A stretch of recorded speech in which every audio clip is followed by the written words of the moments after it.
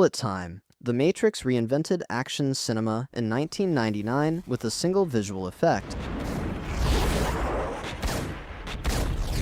The Wachowskis and visual effects supervisor John Gaeta created bullet time by arranging 120 still cameras in a circle around Keanu Reeves, each firing in rapid sequence while two movie cameras captured the motion at the beginning and end. The setup took months to design and execute, requiring custom rigs and precise timing to create the illusion of a frozen moment with a moving camera. When Neo dodges bullets on that rooftop, bending backward in impossible slow motion, audiences had never seen anything like it. The impact was immediate and overwhelming. Within a year, bullet time appeared in commercials, music videos, and countless films trying to replicate the effect. The technique became so ubiquitous that it defined the visual language of action filmmaking for the entire 2000s. Gap used it to sell khakis. Baby, baby, it looks like it's gonna hail. Shrek parodied it.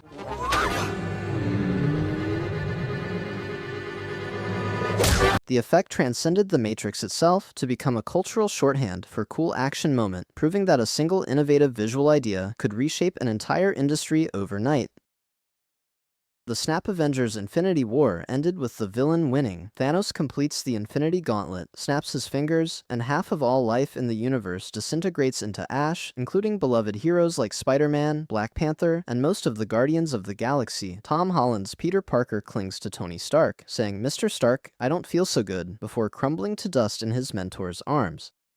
Theater audiences sat in stunned silence as character after character vanished, unable to process that a $200 million Disney blockbuster just killed half its cast with 10 minutes of runtime remaining. The cultural moment was unprecedented. Social media exploded with reactions, memes, and genuine shock. YouTube filled with videos of theater audiences gasping and crying. The film ended on a cliffhanger that left viewers emotionally devastated, forced to wait an entire year for Endgame to see if these deaths would stick. Marvel Studios took an enormous risk by denying audiences the cathartic victory they expected, and it paid off with over $2 billion at the box office and a place in pop culture history as the movie that dared to let Thanos win.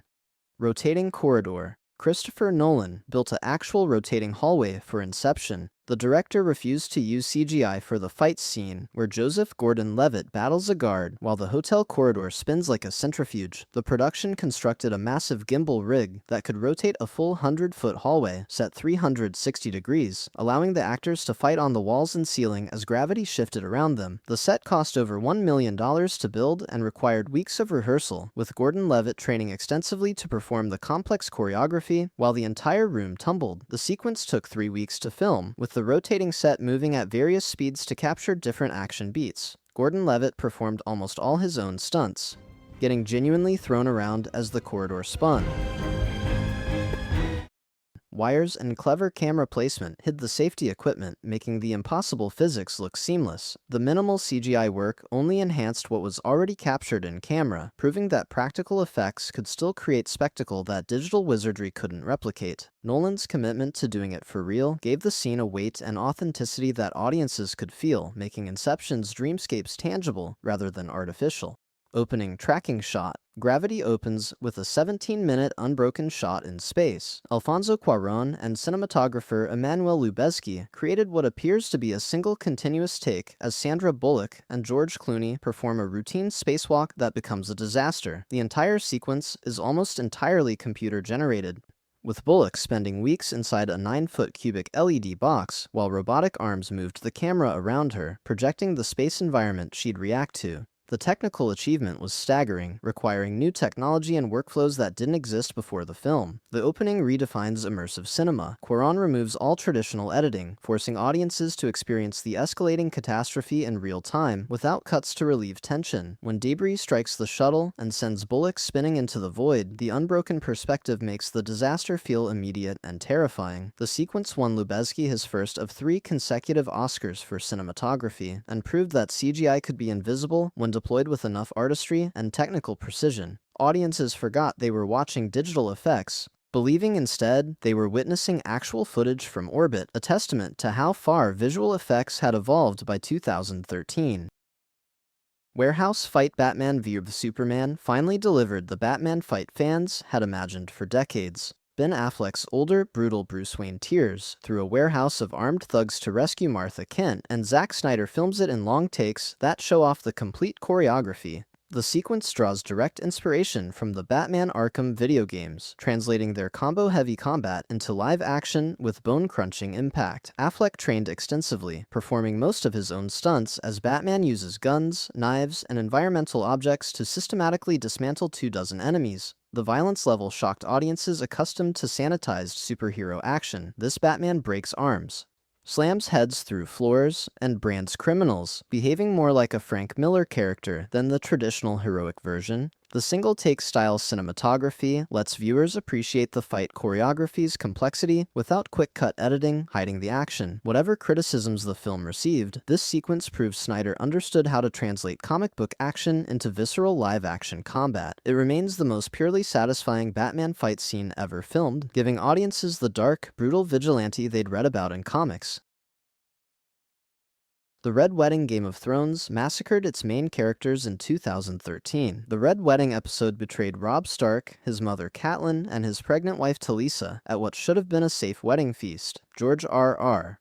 Martin's book readers had known this was coming for over a decade, but stayed silent, letting millions of unsuspecting viewers experience the shock fresh. Walder Frey springs his trap during the feast, Robb's wife gets stabbed repeatedly in her pregnant stomach, arrows riddle Catelyn, and Rose Bolton murders Robb while saying, "The Lannisters send their regards." The episode ends with Catelyn's throat being slit, killing off characters the show had positioned as protagonists for 3 seasons. The cultural impact rivaled major film releases. YouTube filled with reaction videos of viewers screaming, crying, and throwing objects at their televisions. Twitter crashed from the volume of shocked posts. The episode proved television could deliver cinematic gut punches that mainstream audiences weren't prepared for. Changing expectations about character safety in serialized storytelling. The Rains of Castamere plays over the slaughter, forever transforming a beautiful song into something sinister. HBO took an enormous risk, letting showrunners David Benioff and D.B. Weiss kill beloved characters without warning, and it cemented Game of Thrones as a cultural phenomenon that transcended television into event cinema. Trucker Highway Chase, Mad Max Fury Road, is essentially one 2-hour chase scene, and it's a masterpiece. George Miller directed the film at age 70, spending months in the Namibian desert filming practical stunts that defied belief. The production built over 150 custom vehicles, many of which got destroyed during filming. Real stunt performers called polecats swung on long poles between moving trucks. Actual flamethrowers shot fire, and genuine crashes happened at high speed with minimal CGI enhancement. Miller storyboarded the entire film as a comic book before shooting, planning every shot with meticulous precision. The highway war rig chase that opens the film establishes the insanity immediately. Tom Hardy's Max gets strapped to the front of a vehicle as a blood bag, while Charlize Theron's Furiosa drives a massive tanker truck through a canyon of pursuing raiders. Explosions, crashes, and stunts happen in camera with practical effects, giving everything dangerous weight that CGI couldn't replicate. The guitarist shooting flames from his double-necked guitar isn't digital, it's a real performer named IOTA on a real truck with a real flamethrower. Miller's commitment to doing everything practically, combined with Margaret Sixel's editing and John Seale's cinematography, created action cinema as high art. The film won 6 Oscars and proved that practical stunts weren't outdated, they were essential for visceral impact. By the way, if you're enjoying this so far, I post videos like this regularly. Subscribing would mean a lot. Portal's scene, Avengers Endgame, delivered the most cathartic moment in blockbuster history. After Thanos destroys the Avengers compound and it seems all hope is lost, Steve Rogers stands alone against Thanos' entire army. Then Sam Wilson's voice comes through the comm. On your left, a callback to Winter Soldier. Doctor Strange opens a portal behind Cap, and T'Challa, Okoye, and Shuri walk through. Then dozens more portals open, bringing back everyone who died in the snap, plus every hero the MCU had introduced over 11 years. The Guardians, the Wakandans, the Sorcerers, the Ravagers, and finally Spider-Man, all returning for one final battle. Theaters erupted. Audiences cheered, cried, and applauded as Alan Silvestri's score swelled and the portals kept opening. The moment represented the culmination of 22 films and a decade of storytelling, paying off years of investment with pure emotional release. Kevin Feige and the Russo brothers understood this needed to be earned, spending 3 hours building to this 5-minute sequence. When Cap finally says, "Assemble," and everyone charges Thanos together, it became the most crowd-pleasing moment Marvel ever produced. The scene transcended typical action filmmaking to become a shared cultural experience, proof that serialized storytelling across multiple films could create emotional highs impossible in standalone movies.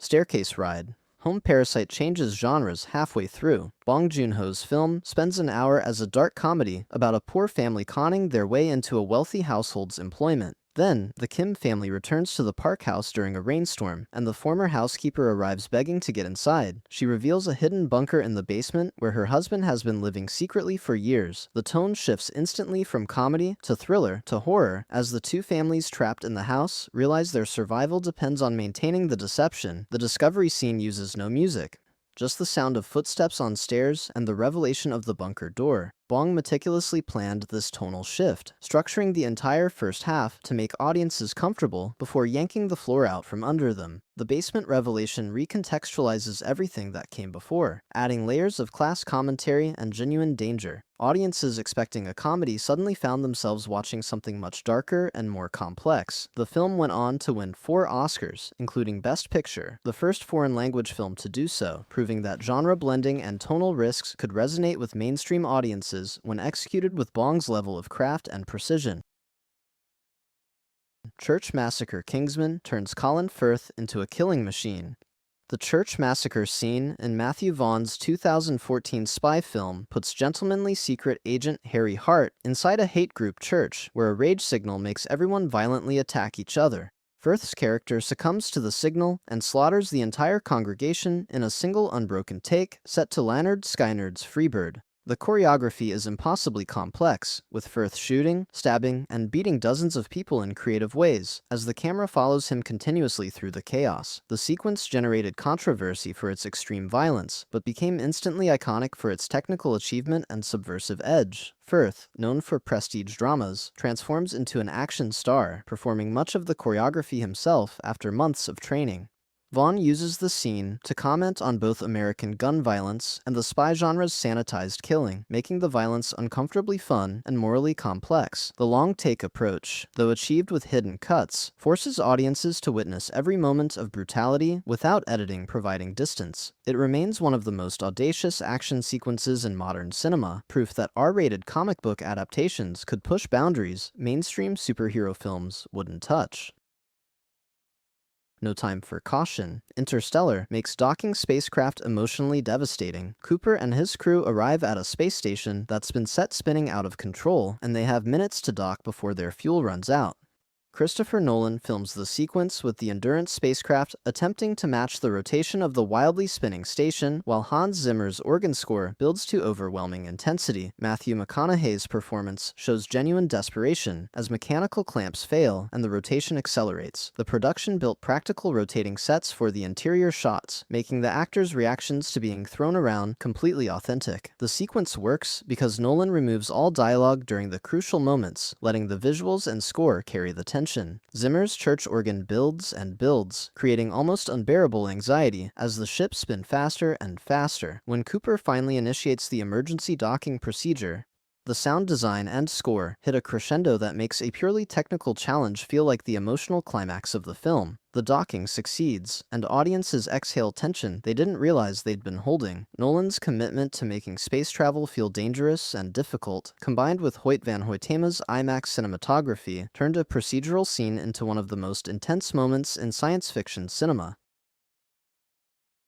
Snapback Avengers. Endgame ends the Infinity Saga with perfect symmetry. Tony Stark steals the Infinity Stones from Thanos during the final battle and snaps his own fingers, disintegrating Thanos and his army while sacrificing himself. Robert Downey Jr. delivers "I am Iron Man" as his final line, a callback to the moment that started the MCU 11 years earlier when Tony revealed his identity to the world. I am Iron Man.